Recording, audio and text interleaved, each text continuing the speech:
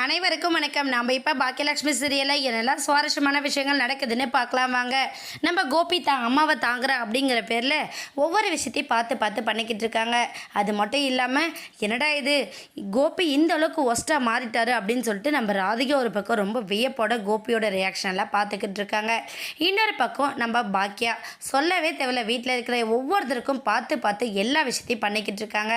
அந்த டைமில் தாத்தா வந்ததுமே என்ன பண்ணுறாங்கன்னா, மாமா இருந்தாங்க காஃபி குடிங்க அப்படின்னு சொல்லிட்டு அவங்களுக்கு காஃபி போட்டு வச்சுட்டு ரெஸ்டாரண்ட் கிளம்பி போகிறாங்க. நம்ம பாக்கியா போகிற வழியில் நம்ம ஈஸ்வரியும் கோபியும் பார்க்குறாங்க. கோபியோட பக்கம் என்னடா இது இவ்வளோ காலையிலே இவ கிளம்பிட்டு எங்கே கிளம்புறா அப்படிங்கிற அளவுக்கு நம்ம கோபி மனசுக்குள்ளே நினைக்க, உடனே நம்ம ஈஸ்வரி என்ன பண்ணுறாங்கன்னா, என்ன பாக்கியா ரெஸ்டாரண்ட் கிளம்பிட்டியா அப்படின்னு சொல்லிட்டு கேட்குறாங்க. உடனே பாக்கியாவும் ஆமாத்த அங்கே கொஞ்சம் ப்ராப்ளம், நான் போனால் தான் அதை கிளியர் பண்ண முடியும் அப்படின்னு சொல்லிட்டு நம்ம பாக்கியா சொல்லிவிட்டு அவங்க பாட்டு கிளம்பி போயிட்டாங்க. உடனே கோபி வந்து, அம்மா என்னம்மா இது இவ்வளோ காலையிலே இவ பாட்டு ரெஸ்டாரண்ட் கிளம்பி போயிட்டா, அப்போ வீட்டில் இருக்கிற வேலையெல்லாம் யார் செய்வாங்க அப்படின்னு சொல்லிட்டு நம்ம கோபி கேட்க, உடனே ஈஸ்வர் வந்து, கோபி பாக்கியா என்ன நினச்சிக்கிட்டு இருக்க, மிஷினை விட ரொம்ப வேகமாக அவள் எல்லா வேலையும் செய்வா.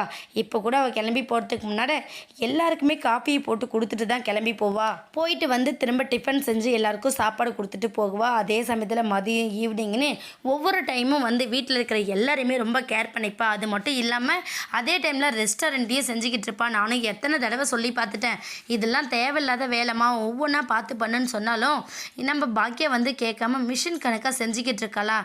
இதெல்லாம் எப்போ தான் அவளுக்கு ஓய்வு கிடைக்க போதோ தெரியல அப்படின்னு சொல்லிட்டு நம்ம ஈஸ்வரி வந்து சொல்லிவிட்டு அவங்க பாட்டு கிளம்பி போயிடுறாங்க.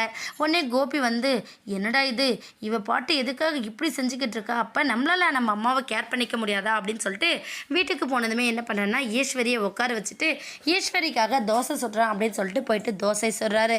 தோசை சுட்டால் தோசை நல்லா வரதில்லை, இந்த ராதிகாவுக்கும் அவங்க அம்மாவுக்கும் மாவே ஒழுங்காக வைக்க தெரியல அப்படின்னு சொல்லிட்டு ஈஸ்வரி கிட்ட சொல்ல, உடனே ஈஸ்வரி வந்து வெங்காயத்தை கட் பண்ணி தோசை கல்ல மேலே தேய்ச்சினா தோசை நல்லா வந்துடும் அப்படின்னு சொல்லிட்டு தோசையை ஊற்றி கொண்டு போய் கோபியும் ஈஸ்வரியும் சாப்பிட்றாங்க. சாப்பிட்டு முடிச்சதுமே ஈஸ்வரி வந்து, கோபி நீ ரொம்ப நல்லா தோசை செஞ்சுருக்கப்பா, பரவாயில்ல அப்படின்னு சொல்லிட்டு நம்ம கோபியை பாராட்டுறாங்க.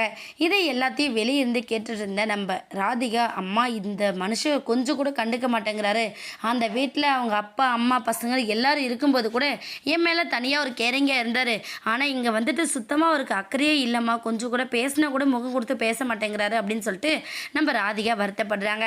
உடனே அவங்க அம்மா வந்து, இது எல்லாமே உன் மாமியாக்காரி பண்ண வேலை தான், கடைசியில் உன் புருஷனை மொத்தமாக அவள் இழுத்துட்டு போயிட்டு போகிறா பாரு அப்படின்னு சொல்லிட்டு ராதிகா கிட்ட சொல்ல, உடனே ஈஸ்வர் வந்து, என்ன உங்களோட மொழியெல்லாம் பார்த்தாலே தெரியுது, என்ன என்னை பற்றி பேசிக்கிட்டு இருக்கீங்க, என்ன உன் புருஷன் உன்னை கண்டுக்கவே மாட்டேங்கிறான்னு வருத்தப்படுறியா, இப்போ தான் உங்களோட சுயரூபம் எல்லாம் கோபிக்கு தெரிய ஆரம்பிக்குது, இன்னும் கொஞ்சம் நல்லா அவனே இங்கே விட்டுட்டு அந்த வீட்டுக்கு வந்துடுவான் பாரு அப்படின்னு சொல்லிட்டு நம்ம ஈஸ்வரி சொல்லிட்டு கிளம்புறாங்க.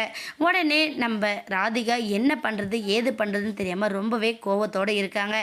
எப்படி இவ கோவமாக தான் இருக்க போகிறா, எப்படியாச்சும் இருக்கட்டும் அப்படிங்கிற மாதிரி நம்ம கோபியும் கிளம்பி ரெஸ்டாரண்ட் போயிடுறாங்க. ஒரு பக்கம் நம்ம பழனிசாமி அவரோட கஃபேவை ஓப்பன் பண்ணுறதுக்காக ராதிகா பாக்கியா கிட்ட சொல்லிட்டு சிம்பிளாக பண்ண போகிறோம் அப்படின்னு சொல்லிட்டு வீட்டில் இருக்கிற ஆட்கள் எல்லாம் கூட்டிகிட்டு வரதுக்காக போயிடுறாங்க.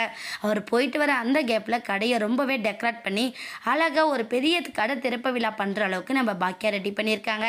இதையெல்லாம் பார்த்த பழனிசாமியும் அவங்க குடும்பம் ரொம்பவே எக்ஸைட்டாக இருக்காங்க. என்னாக போதுன்னு வெயிட் பண்ணி பார்க்கலாம்.